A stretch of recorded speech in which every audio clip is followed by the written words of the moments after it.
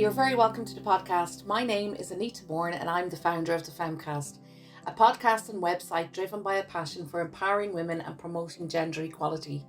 Through the Femcast, we are making it our mission to educate, empower and encourage women to harness the power of their voices, share their stories and raise awareness of the crucial issues affecting women today. By amplifying women's voices, the Femcast aims to strengthen women's rights and celebrate the achievements of women everywhere. We are passionate about making a positive impact through storytelling, advocacy, and creating a supportive community to act as an inspiration to others who aspire to effect change. Come visit our website www.thefemcast.com for more information on what we do and resources to help you.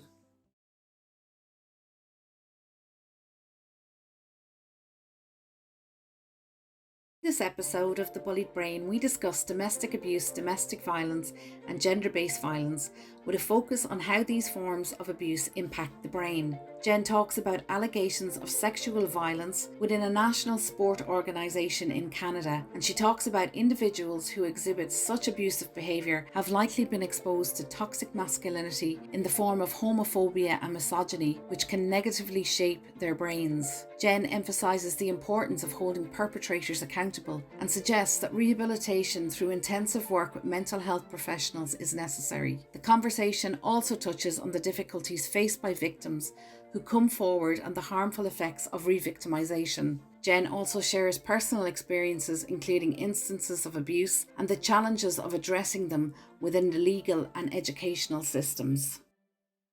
It's lovely to have you back again, Jen.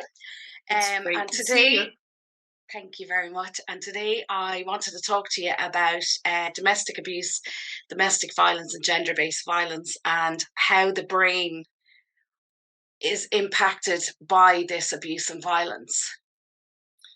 Well, it's a really topical issue right now in Canada because there have been a series of allegations in one of our national sport organizations that in actual fact the team, and this is all alleged, it hasn't been proven in court, but that the team has these incidents of sexually violating a single woman who's intoxicated.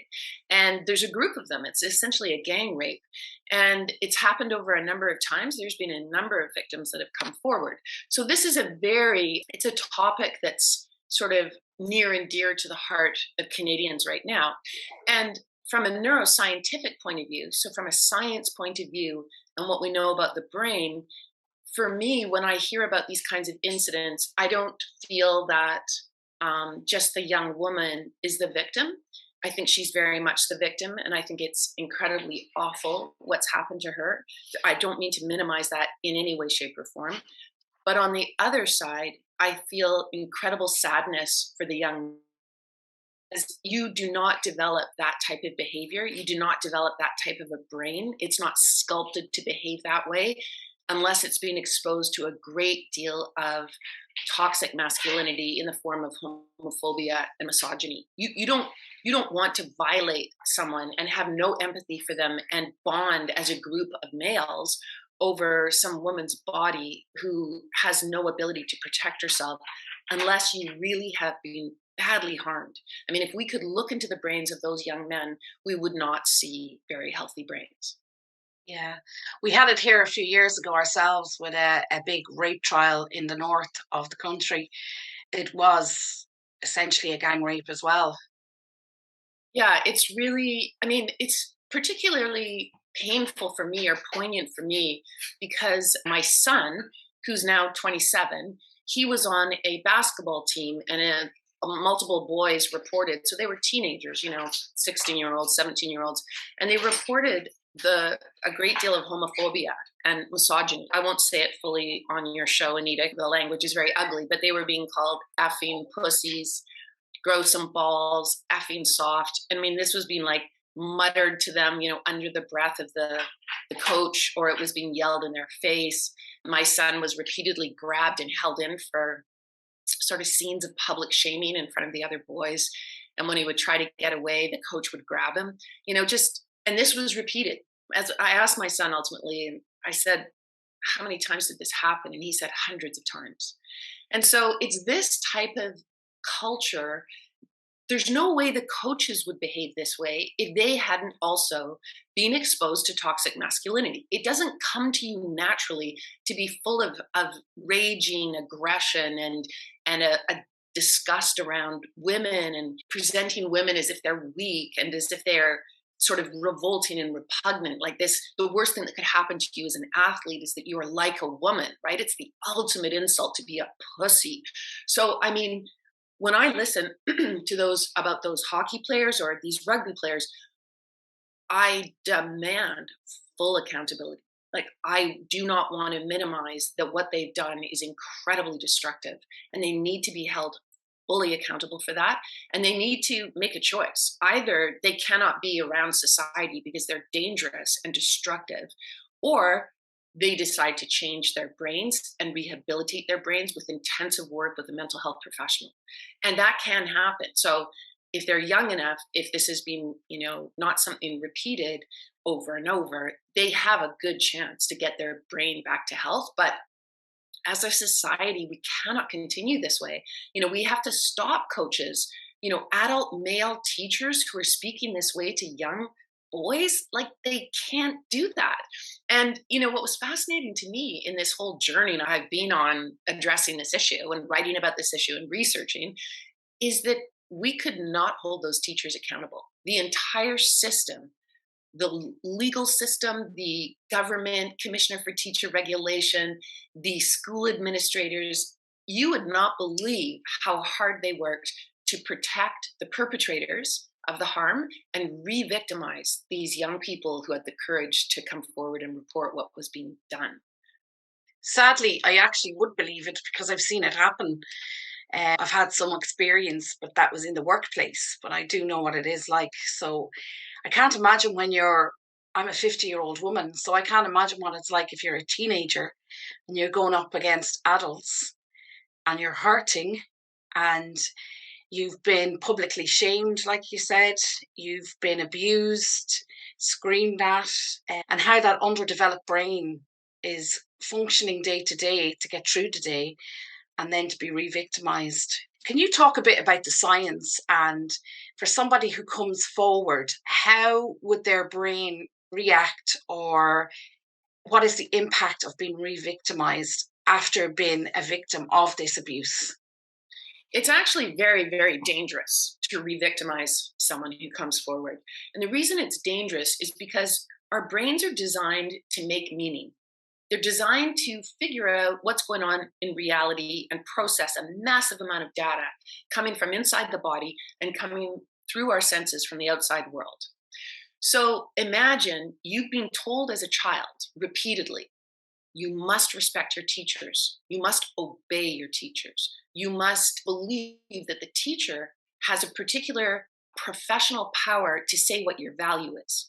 The teacher has the power to say who you are now, what your potential is, what your character is, and what you will be in the future. It's an enormous power. So children are unlikely to report because they automatically internalize what's been said and done to them because they think that the teacher has the power and the professionalism.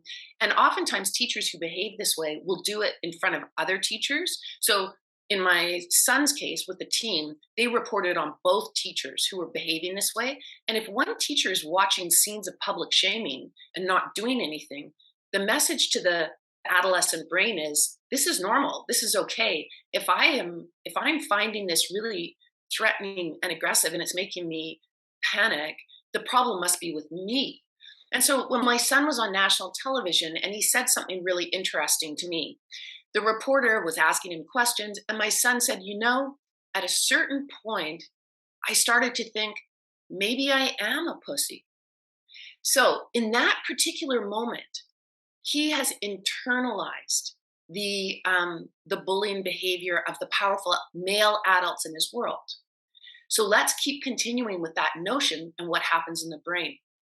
So he has internalized that the fault lies with him, that he is a feminine, gross, weak, disgusting individual. Instead of feeling male and powerful and emboldened to do what he wants, in love with his sport, which was what he was like before the abuse. He loved the game of basketball. He was at a place where he wanted to get away from basketball, which was a red flag. There was something very seriously wrong. He wanted to leave the sport, didn't want to play college anymore. Like, just, it was like listening to someone that you didn't even know. How is it possible that this boy who loved basketball more than anything in his life suddenly didn't want to play? So in that moment, you have a choice. You internalize the abuse that's done to you, and as you and I've talked about, Anita, it kind of breaks you. It grinds you down. You lose your self-respect. You lose your motivation, and you get very depressed and small. You just want to protect yourself. And on the flip side, our son could have gone the other route, which is you go the aggressive route. You identify with the aggressor and you try and take your own power back by doing it to someone else. So, this is how you get intergenerational trauma. This is how you get hockey players right now. This is how you get rugby players who are acting out toxic masculinity with some hapless female victim. They're acting out a lot of self-loathing and a desire to bond with other males over how disgusting and how they have the power to violate a woman, to prove virility, to prove masculinity, right? They need to show the other players how masculine they are. Well, if you actually feel strong and secure and solid within yourself and respected by the powerful males in your world, you don't need to prove your masculinity to anybody. So, our son is he's a very empathic and reflective, kind of very thoughtful person. So he didn't go the aggressive route. And luckily, he identified, and with the other boys that spoke up and reported, he became very clear that he had been exposed to a lot of abuse. And he worked with a sports psychologist, and he's really fought hard to get his mental in a healthy place. And we can all do that. And he's lucky. We had the resources to get him the sports psychologist, and we had the resources to get him to a university that took him far away from this kind of abusive culture that's so condoned in Canada. And that saved him. But lots of families, wouldn't have the opportunity to do that.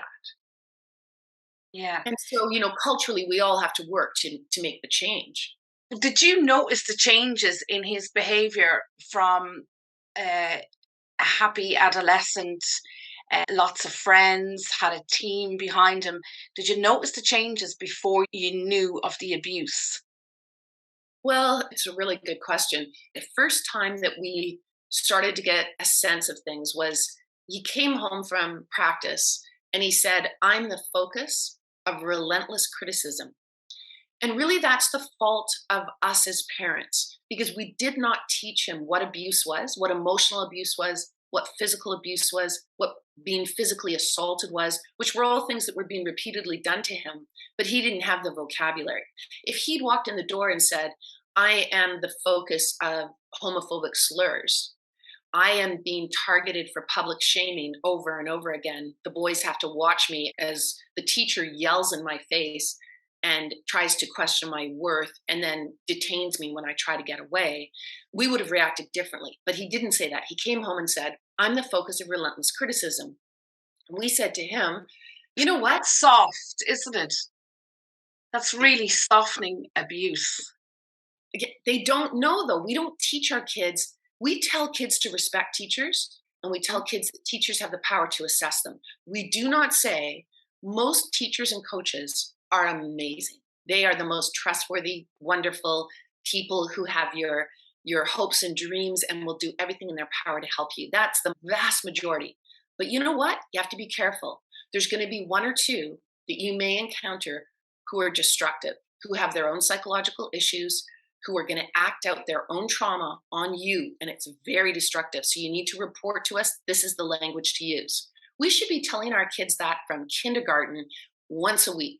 The brain learns by repetition at timed intervals. We can't tell our kids once a year, "Be careful of abusive adults," because they need to learn it over and over and over again. So, someone like yourself or someone like me, if we end up in the workplace and we have a highly abusive individual that we have to work with, we recognize the signs right away, and we're much more likely to be able to save ourselves rather than slowly be eroded. Bullying is designed in a very manipulative, way, and it's very textbook. You have the honeymoon period where the person lures you in.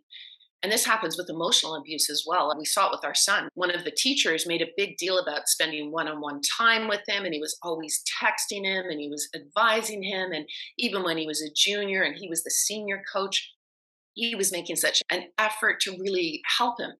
And so this is grooming the parents too. So when our son came and said, I'm the focus of relentless criticism, we said, you're so lucky. The teachers really want to take your game to the next level. They know how talented you are. They've said on your report card that you're one of the best players they've ever worked with in a school that's 100 years old. So you see, we'd been groomed to talk to him this way. It's very manipulative. And then in several months later, I was contacted by a parent, and the parent said, the boys were just called, oh, sorry, I was just about to swear on your show. Sorry. The boys were called effing retards. And I was like, what? I was like, that's it. That is not, like, that is a line that cannot be crossed. I went to my son. I said, is this true? Did he really say that? And he said, yes. And then he said, you can't say anything or I'll never play again. I'll never have playing time. I'll never, they'll block me. And it's really interesting because there was a mom who had reported earlier in the year that she was concerned about the amount of alcohol the coaches had in the room on full display to the boys and how much they were drinking. Well, her son never played again. He sat on the bench. Oh, wow. Isn't the legal age over there 21 anyway for alcohol? So why would they have alcohol around minors? It's actually, our drinking limit is 19 in It's Canada. 19. But having alcohol around minors isn't good. You're a coach, you're teaching them healthy living, no drugs, no alcohol. You know, this is about a team. It's about bettering yourself every game and getting stronger, and your mind is getting stronger, yet they're breaking them down bit by bit. Yeah. So, I mean, it's like, as we've talked about, it's like domestic abuse where you have the honeymoon period and the person behaves as if they think you're wonderful and they adore you and they shower you with gifts. And in the literature, they use the word love bombs. They just overwhelm you with how much they love you, but it's really a ploy to bring you in. And abusive adults use the same kinds of ploys. An adult who's a pedophile or a sexual abuser for older children, he or she will make the child feel special, will give the child opportunities, will offer them just even little things that children would appreciate, acknowledgement that they're doing well, or these types of gestures. And it's slowly but surely, and they're very, very patient.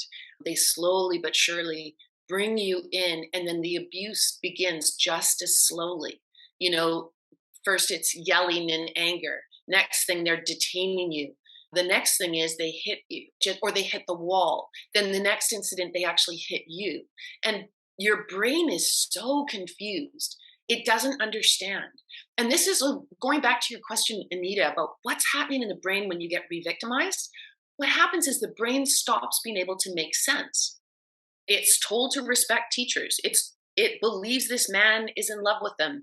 It thinks that coaches are there to develop athletes. And all of a sudden the world changes and they find out that no, these individuals who outside in the world put on the face of goodness and kindness, they're the pillar of the community.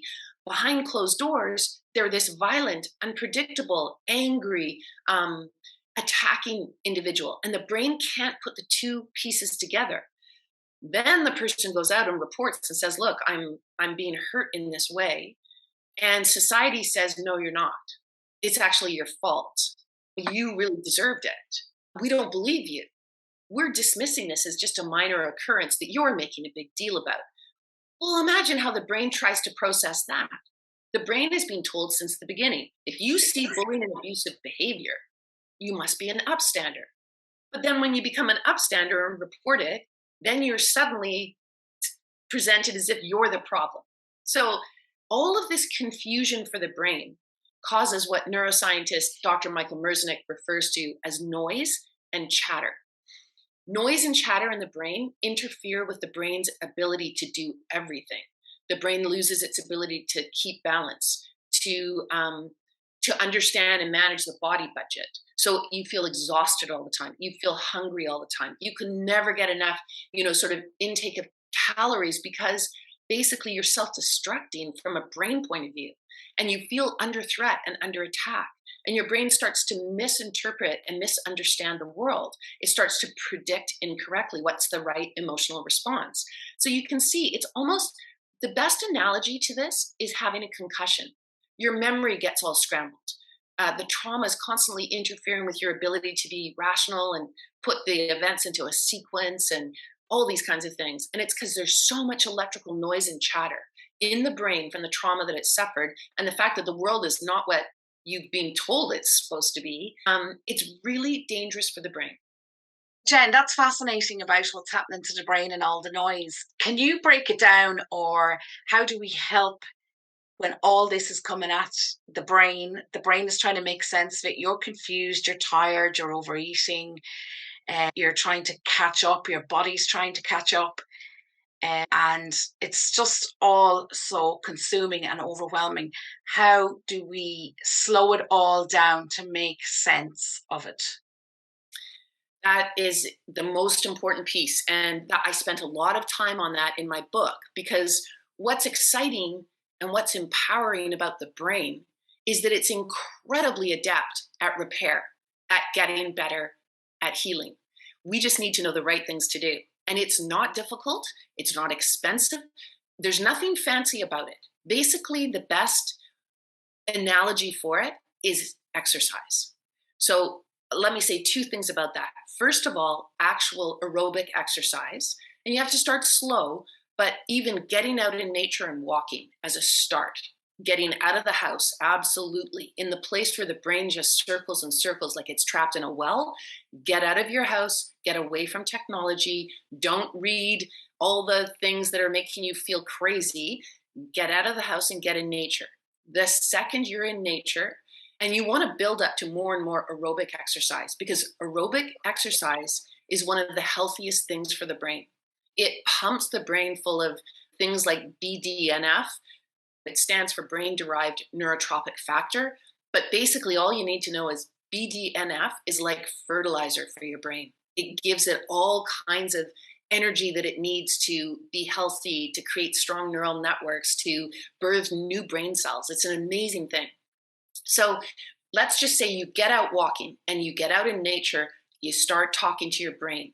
And that sounds silly, but just stay with me for a second. What I do is I use almost like a mindfulness in motion. So, because I can't sit still, I cannot sit down and do mindfulness. It makes me feel ramped up. I'm way better off getting out, getting moving, and then I start to visualize.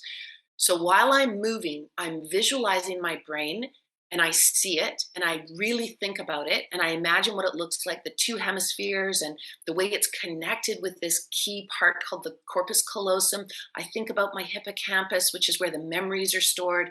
I think about my amygdala, which is the threat response system. And I really connect with my brain. And then I say to it, you know what? We can't control how other people behave. We have been sold a false bill of goods, which is that our society has zero tolerance for bullying behavior and it will hold people accountable. That's not true. That's okay, brain. It's just society has evolved in this way and you can't change it overnight. What you can do is become very aware of how it operates, then keep yourself healthy and happy and behave in ways that serve you and keep you healthy and happy and connected to your people. So how are we going to do that?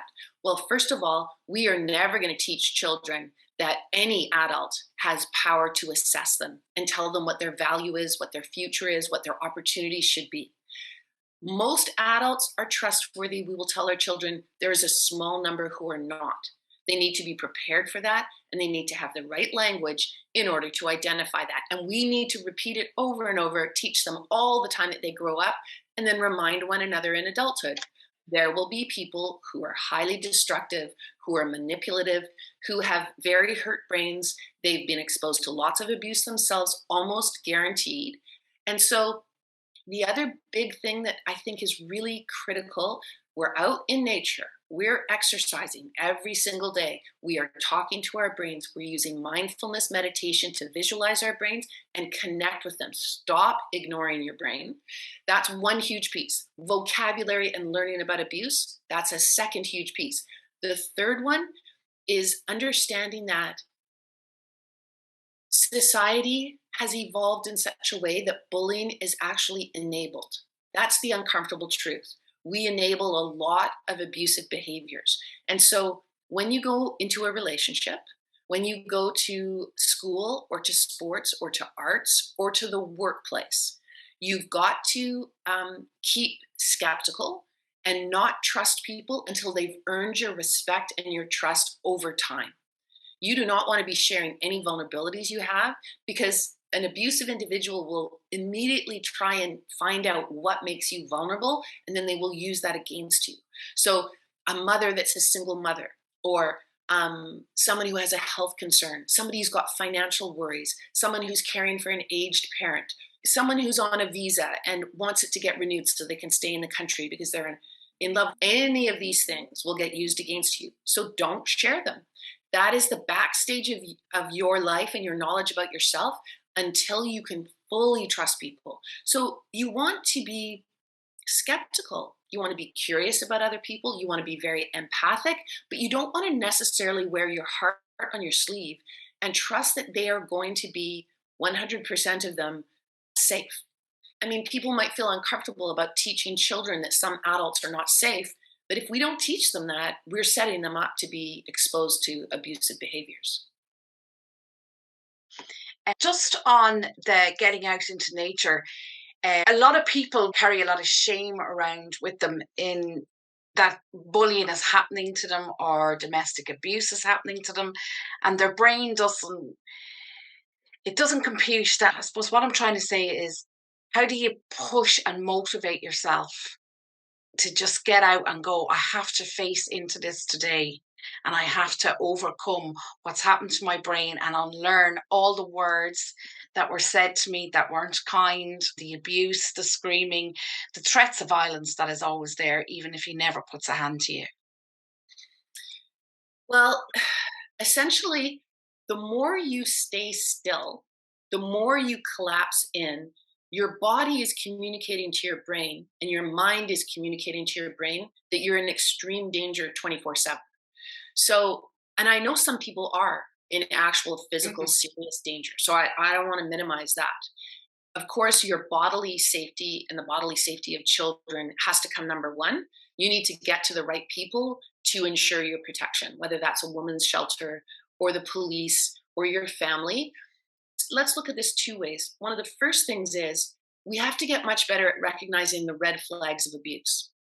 So you don't want to ever get to the place where you are ground down. So we need to teach young people, again, children even, starting at an early age, what are the red flags of an abusive individual? Thing number one, anybody who puts you down, they're using language as a weapon. They're trying to make you feel small. Red flag. You don't want to have that person anywhere near you. You don't want to look at their material on the internet. That's a choice. You don't have to read their words. You don't have to listen to them. Anybody who puts you down, adult or colleague or whatever, child to adult or a colleague in the workplace or someone in an intimate relationship, it's a red flag. There's no one should be putting you down ever, ever, ever. Next thing is isolation, trying to get you away from your friends and family. That's a red flag. That the person that you're in an intimate relationship with, if they say that they're jealous because they love you so much, then they don't want you to see other people, red flag. You're dealing with someone who has massive insecurity, who's into control and coercion. You don't want to have anything to do with them. Walk away while you still can, because the longer you stay in these types of dynamics, the more they erode your self esteem. So I think we talked before, Anita, about the parable of the frog in the pot, but this is a Mm, good time to talk about it again. please. Yeah, when you're with a manipulative person, they put you in a nice, cool, you're a frog, and they put you in a nice, cool bath of water, but they start to heat it very, very slowly. And you'll notice, like your body will notice, your brain will notice there's something off. And it will give you warnings. It will say, this doesn't feel right. There's something wrong. I might not have the words for it, but there's something off about this. I feel anxiety. I feel embarrassed. I feel shamed. I feel put down. I feel publicly humiliated.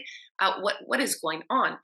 And the water keeps getting warmer and warmer. And you start, as the frog, you start normalizing because you get used to it. It's like, this is your life, right? You love this person and this person loves you. And yeah, there's these horrible things that happen, but this is normal, right?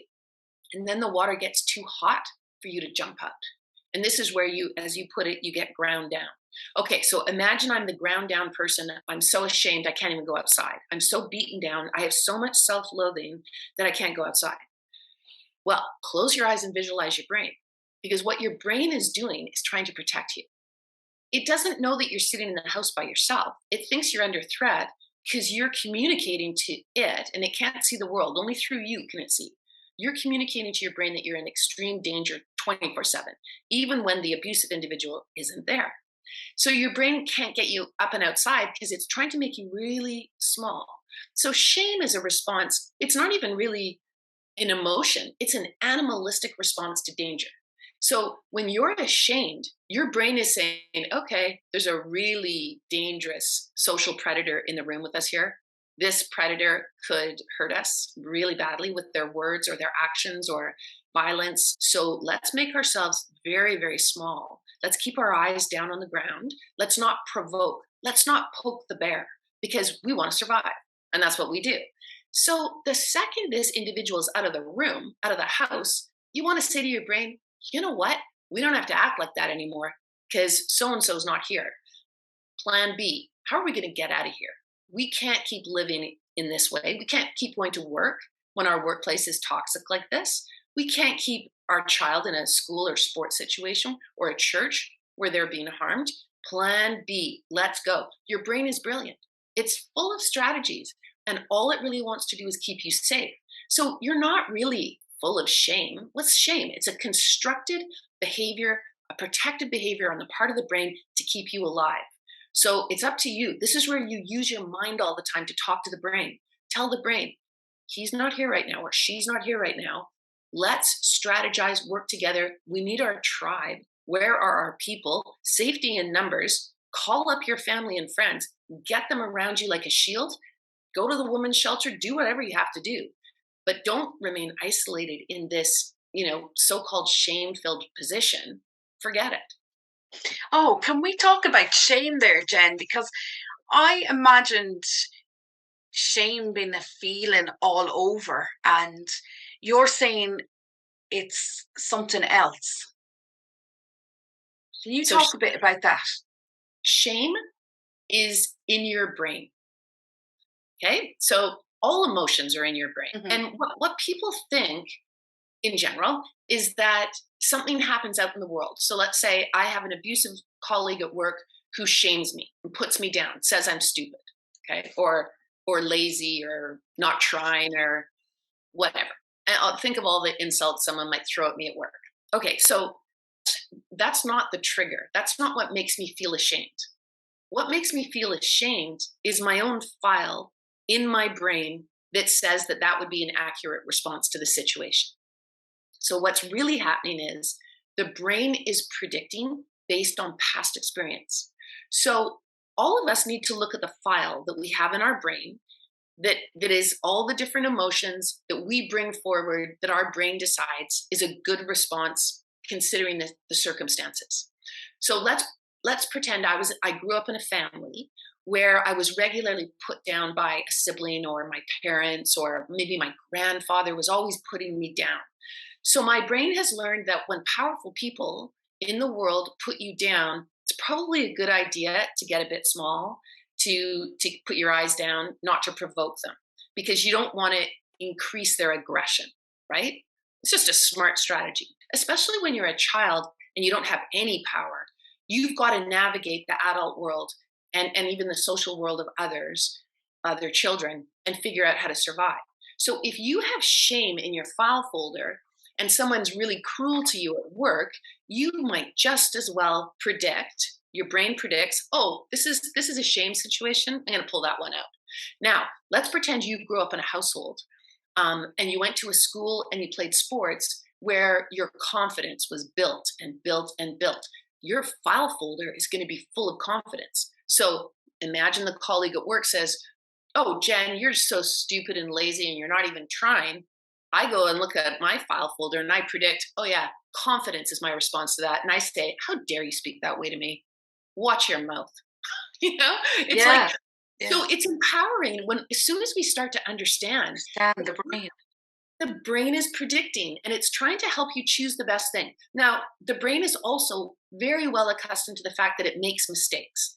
So let's pretend it pulls out the shame card from the past, and then the person says, "You know what? I'm so sorry. I'm having an awful day. I'm really stressed out. I took it out on you. I'm really sorry." The brain goes, "Whoops, shame wasn't the right response in this situation. Let's predict something else. Let's predict connection." And you say to the person, "You know what? Let it go. Not a big deal. I've been there myself. I get it. Take a day off. Take care of yourself. Let me know if I can help." So you see, and the brain is just, it's lightning fast. So we don't even notice it. But our brain is constantly predicting our reality. So going back to a domestic abuse victim, or going back to my son as a teenager being daily abused by teachers, your brain is starting to predict all the time. I'm in a dangerous, malevolent world. It's unpredictable. I don't know when they're going to love bomb me, and I don't know when they're going to humiliate me. I don't know when they're going to threaten me. I don't know how to make sense of this. I just am trapped in it. I don't know how to articulate it or tell other people. I'm just going to keep my head down and keep my brain trying to figure things out. But the brain starts mispredicting.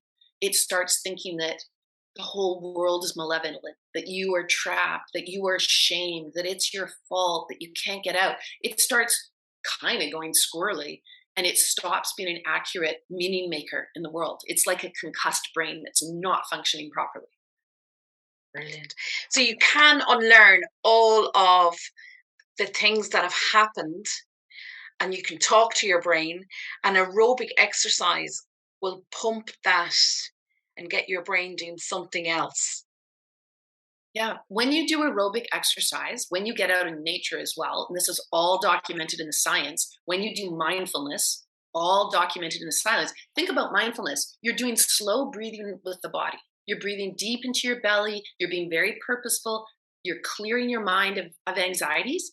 Well, what that, the body is communicating to the brain that it's safe. That allows the brain to go, "Oh, okay, let me do all the other things. I don't just have to be hyper vigilant, waiting for the next attack. I can actually do a bunch of other things like problem solve, be creative, socially, emotionally connect with my people." The brain is full of all kinds of different things it can do. But if you're being abused, it starts to give all its energy over to the threat detection system. So you stop being able to remember and concentrate and feel joyful, and it seems like everything else goes offline because all the energy goes into, when's the next attack coming, How and do I are they keep gonna be, myself safe? how do I keep safe, and how do I figure out if they're going to be kind like they are in public, or cruel as soon as the door closes. The brain is so confused. So yeah, mindfulness, aerobic exercise, and then a really good exercise for working with emotion concepts and the fact that the brain is predicting reality and what's the appropriate response, is to start using rich vocabulary. So instead of saying, "I feel ashamed and unmotivated," over and over again, or "I have an anxiety disorder," and I say, "I feel anxiety all the time. Every single thing I do, I feel anxiety. It's crippling." You don't want to use vocabulary that way. You want to, again, talk to your brain and say, "Hey, just a second. Let's really think about our vocabulary here when we choose our emotional responses. Am I feeling anxiety, or am I feeling a little bit nervous? Am I feeling anxiety, or am I feeling like a shiver of excitement? Am I, you see what I mean? Like, Yeah. change vocabulary. Am I ashamed? No, I'm using a really smart survival strategy because I'm smart. Am I ashamed? No, someone's put me in the out group and made me feel like I don't belong, but I don't believe that. I have many friends and family that adore me. I've got colleagues at work that think I'm fabulous. Why am I letting this one single individual tell me who I am and put me in the out group? I think I'm going to push back. Yeah. And when it starts to develop in your body, like you think you're outsmarting what's happening to you with your brain and telling your brain, I'm not going to let them grind me down. Then it starts appearing in your body. How do we unlearn or reverse that? Well, this is why talking to our brain is the most critical thing in the world. Because if our brain interprets the world as malevolent and dangerous and threatening, then the body starts to pay a price for it. The body starts to internalize. Basically, what happens is there's a stress hormone called cortisol. I'm sure you've heard about it. So, what happens is cortisol is a natural, healthy stress response to danger. It's really great if there's a predator. So if you and I are in the room together and a tiger walks in, our adrenaline is going to get released immediately. Like it's involuntary. We don't even think about it. It happens. The body and the brain go, whoa, there's a predator. And so adrenaline is released and then cortisol starts pumping through the brain and the body. So this is the brilliant brain body system designed for us to survive because that's what the body and the brain care most about. So imagine the 21st century. Your likelihood of ever being exposed to a tiger or a wolf or a bear is pretty small. Maybe a dangerous dog is as close as we'll ever get to something like that. However, your brain is exposed to constant toxic stress, whether it's bullying and abuse, totally normalized in our society, whether it's revictimization, normalized in our society, whether it's the broken system that should be addressing these issues and fails to do it, intergenerational trauma, people's psychological issues, the list goes on, financial strain and stress, you name it, poverty, like all these things are very stressful to the brain and the body. And we're not taught how to manage our stress response system. Okay, so what happens is when you're under stress, like toxic workplace, toxic relationship, your cortisol is getting constantly reactivated and you haven't learned the mechanism to tell it to stop. So when you do exercise, aerobic exercise, when you get out in nature, when you do mindfulness, all of those things are incredibly healthy for brain and body because you are activating the parasympathetic nervous system. That's why the deep breathing, you're telling your brain by activity that you are active and dynamic and can do what you want. You are not trapped. When you communicate that to your brain, it tells the cortisol to calm down. It's like, and you want the cortisol out of your body. You don't want it pumping through your immune system and your stress response system always on high voltage because that's where the body breaks down. So it's up to you. You've got to be the person saying, okay, yeah, the world out there is pretty stressful. There's an awful lot of social predators that we have to deal with, but I'm not going to let them get into my brain and body. When I close the door to my safe space with my people and in my home or apartment, or when that door closes, then I need to take the time to tell my brain I am 100% safe because then it will drop the cortisol levels in the brain and the body. And then you can start to work on plan B. How am I going to get out of the toxic workplace? How am I going to get out of the intimate partner violence? How will I get my child away from the abusive teacher? Right? So it's the key is the parasympathetic nervous system. The neuroscientists and the doctors, they refer to that system as rest and digest.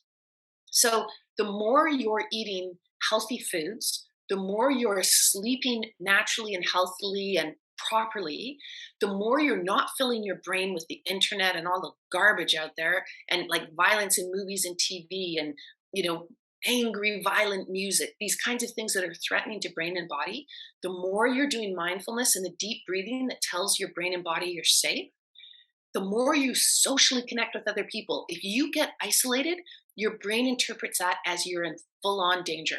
Your brain needs social connection almost more than anything else. More than some neuroscientists argue, and this is all research grounded, that your brain needs social connection more than food and shelter.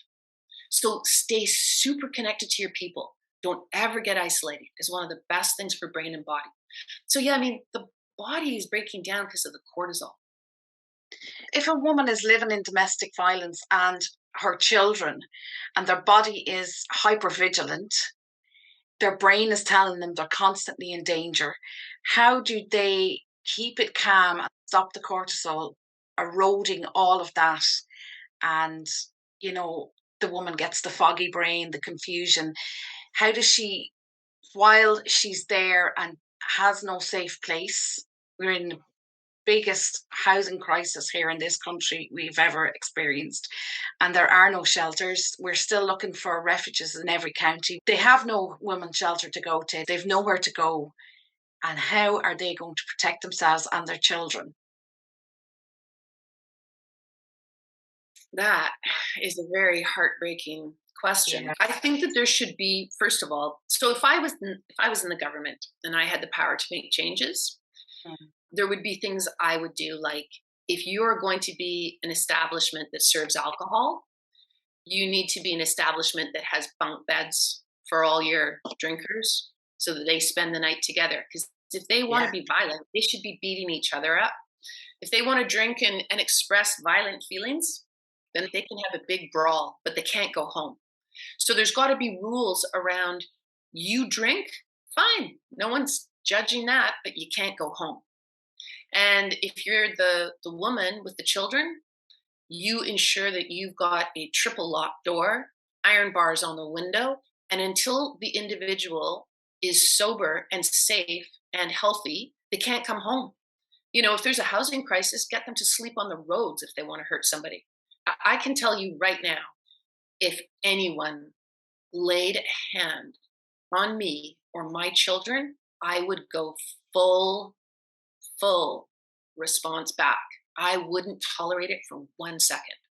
I would not like to think what would happen to the person, especially that touched my children. Yeah. But you see, you push it further underground then when you have these rules. It's just about keeping them safe and teaching them about their brain and what it can do and to keep them safe, even though the brain is telling them there's all this violence around, they're hyper vigilant, even the threat of it might never happen, but it's always there. Got to teach them while they're still in this situation until they can get out how to protect them and their children, and that their children's brains can develop into that confusion and all that noise and chatter, because they have to go to school every day and they have to keep up with their peers, they have to keep up with their homework. Everyone needs to read the book. Oh yeah. I mean, that's the reason I wrote it, is to change these kinds of scenarios. If you read the book, what you would learn is the individual who's acting out violently has the most hurt brain of the whole group. The person that violently hurts their partner and their children, that is the most traumatized brain. It's very, very likely, like almost guaranteed, that that person was exposed to violence growing up. They were the victim. So, one of the survival strategies of the brain is to identify with the aggressor, never to be that vulnerable self again, to express massive amounts of aggression and power, because that's how you feel that you can survive. You never will be that vulnerable child again, watching your mother be hurt or being the next victim in line with this violent social predator, right? So that's one of the brain's coping mechanisms, is to identify with the aggressor. So then this is where you get the intergenerational trauma. What you have to do is, first of all, you have to create conditions whereby it can't happen. And then you have to get the abusive individual, the person that is violent, you've got to get them the help they need to get their brains back to organic health. And like I said before, our brains are born wired for empathy. And if we have all these neural networks that have gotten scripted into our brain from trauma, from violence we've suffered, and from all kinds of traumas that we have growing up, and we just allow them to keep getting stronger and stronger and stronger in our brain, even though they're outdated and they're bringing us a lot of misery and they're hurting the people we love, well, we can change those neural networks. Our situation does not have to stay the same. And this is why I feel there's a huge responsibility on the part of governments to get educated about the science and then start putting in policy and start putting in opportunities. All the domestic violence people should have the opportunity to get rehabilitated.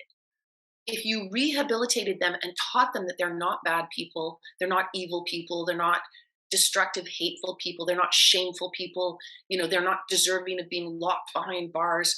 If you taught them that they have a massive brain problem and they can rehabilitate it and that they have to work really hard at it. I don't want to make it seem like it's a quick fix or, oh, you just change your neural networks. It's not like that.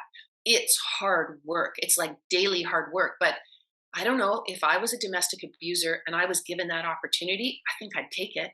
How do you convince generations, or how do you convince them to go get the help? Well, look at us as a society. When I was growing up, smoking was normal. My parents smoked, my grandparents smoked, the doctor smoked while he wrote a prescription, right? That was our Mm. society. I went to high school, teachers smoked. There was a place for teenagers to smoke. We called it the pit. Smoking was the most normal thing in the world. Well, and here's another one. When I was growing up, we didn't wear seatbelts as children. There were no Mhm. seatbelts. There was no law saying you had to wear a seatbelt. There certainly weren't any special chairs for babies and children to keep them safe in vehicles. Well, let's take a look at what the science showed us. The science showed us that smoking causes cancer. It's correlated with cancer. The whole world changed. Certainly in Canada, I don't know in Ireland, in Canada, you cannot buy a package of cigarettes without having to look at an image of tumor-filled blackened lungs. Just to remind you that if you're going to smoke, you got to recognize that you are going to quite likely get cancer.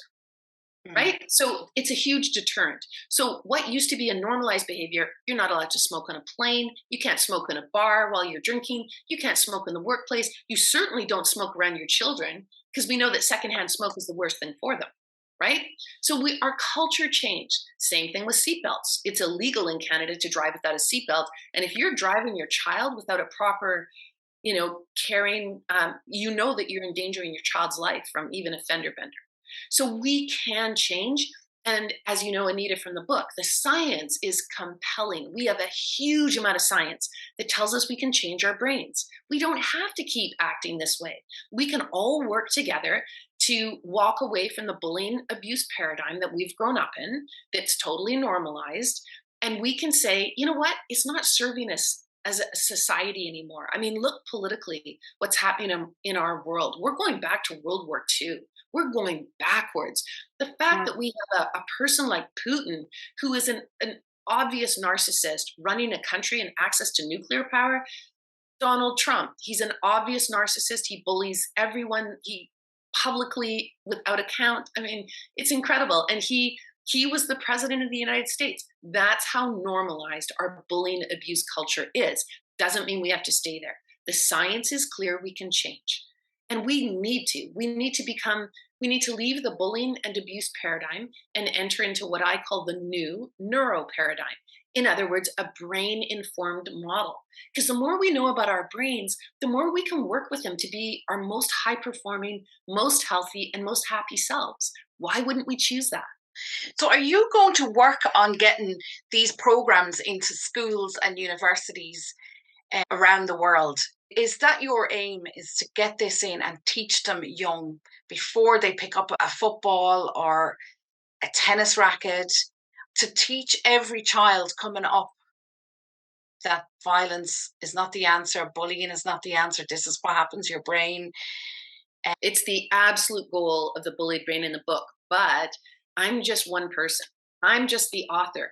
I need people like you. I need a team of people that get it and are passionate and can see that this would make the most incredible social change for all of us on the planet. And one of the things that I would love kids to understand, because they're not hearing it, what they need to understand is, first of all, an individual who is bullying is damaging their own brain. They're not just damaging the brain of victims, they're hurting the empathy neural networks in their own brain. And if you look at a job description, any kind of job description, you will see repeatedly over and over, what we want is someone who has empathy. We want someone that understands, what is a customer thinking? What are they intending? As a marketer, Anita, you would know this. Empathy is the superpower of the human brain. Everybody wants it. The more empathy you have, the greater a leader you are, the better a career you have, etc. You need to know the thoughts and feelings and intentions of other human beings in order to be savvy and smart. Well, a kid who's bullying is eroding and damaging their empathy neural networks. And so they're hurting their own brain while they're hurting the brain of a victim. So, what we need to teach kids is, hey, why are you giving a bully all this power?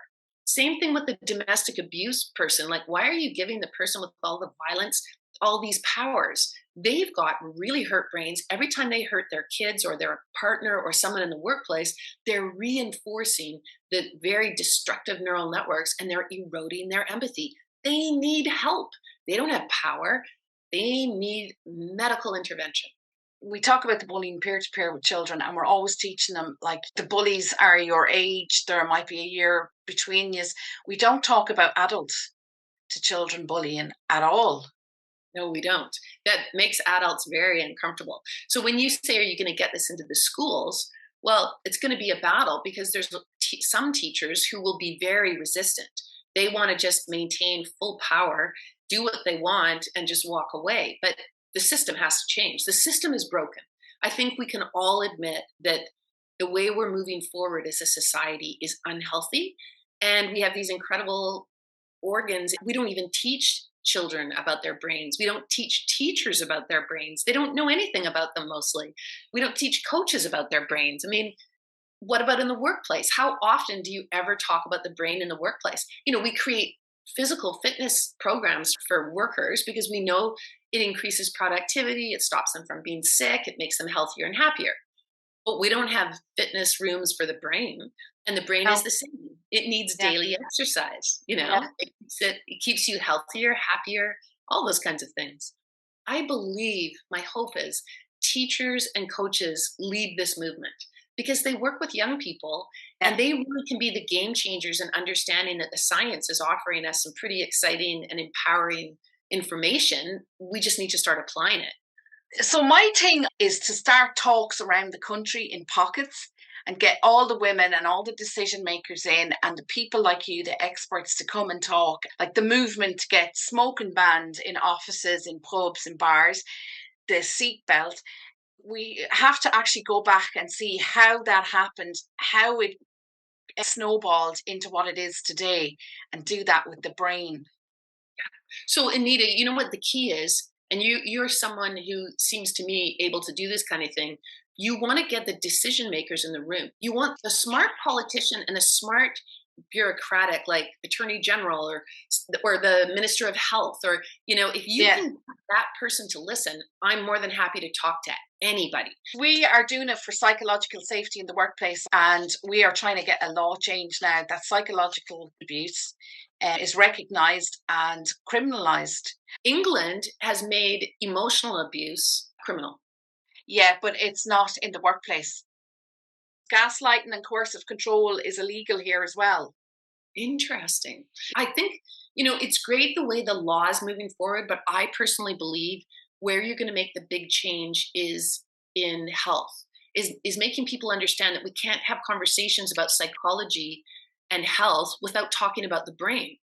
It would be like going to your heart doctor and he doesn't want to talk about your heart.